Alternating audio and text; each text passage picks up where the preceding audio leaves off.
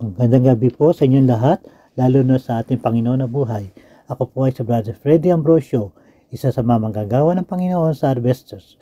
Purihin ang Panginoon sa kanyang katapatan at kabutihan, sapagkat sa araw na ito, ating pong pinagdiriwang ay ika-23 anibersaryo ng Harvesters na isa pong full gospel na gawain ng Panginoon.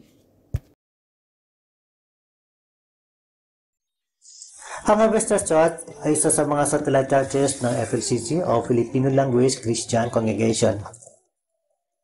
Sa taong 2000 ay nagsimula po ang gawain ng Diyos sa pamamagitan ng Bible Studies sa Almanzar Tower sa pamilya ng Calderon. Sa pangunguna po ng ating butihing Bishop, June Nones at ng kanyang may bahay na si Pastora Mayet Nones.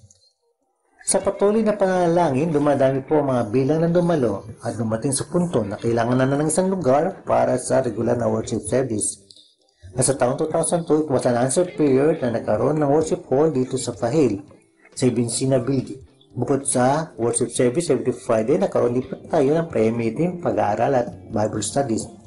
Patuloy po lumalago ang ating mga gawain at kaya nagkaroon po tayo ng dalawang worship service every Friday, 2 p.m. at 5 p.m. Majority po sa mga attendees, contractual o project visa. Tapos na ang project, ma-relocate na sa ibang project site ang mga kapatiran. Yung iba sa ibang bansa, sa iba naman, sa ibang party ng Kuwait, may mga iba din na nag-for good. Kaya muling na pag-isa ang gawain ng Diyos. Hindi didikta sa pagsubok ang Harvesters Church. Nagkaroon din po tayo ng ups and downs o mga pagsubok. Dumating din po na nagpalipat-lipat ang ating worship hall ay mga malapit sa Suksaba, Mangaf at Mahabola. At sa matindi pang pagsubok, na-split po ang Harvesters. May mga kapatiran na humiwalay at mga ilan na lamang ang natira.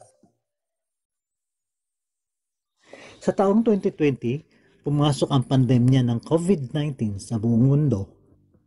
Maraming simbahan ang naapektuhan dahil sa pandemya. Marami nagkasakit na kapatiran at mga lider ng simbahan. Marami din ang nagsarang mga kumpanya, kaya madami din sa mga kapatiran natin ang nagsipag-uwian sa Pilipinas. Dahil sa pandemya, ipinagbawal ang face-to-face meeting at isa sa mga naapektuhan ang mga simbahan at tulad ng Harvesters Church. Pero ang Panginoon na hindi pumayag na huminto ang mga gawain. Salamat sa mga teknolohiya tulad ng Messenger at Zoom, nagkaroon pa rin ng pagkakataon na magkita-kita, mag-awitan at mag-aral ng Biblia ang bawat miyembro ng simbahan. Sa ngayon, kahit na pinayagan na mag-face-to-face ay patuloy pa din ang pag-connect ng ating mga kapatiran saan mang dako ng mundo sila. Patuloy pa din ang pagsama nila sa worship service ng Harvesters Church.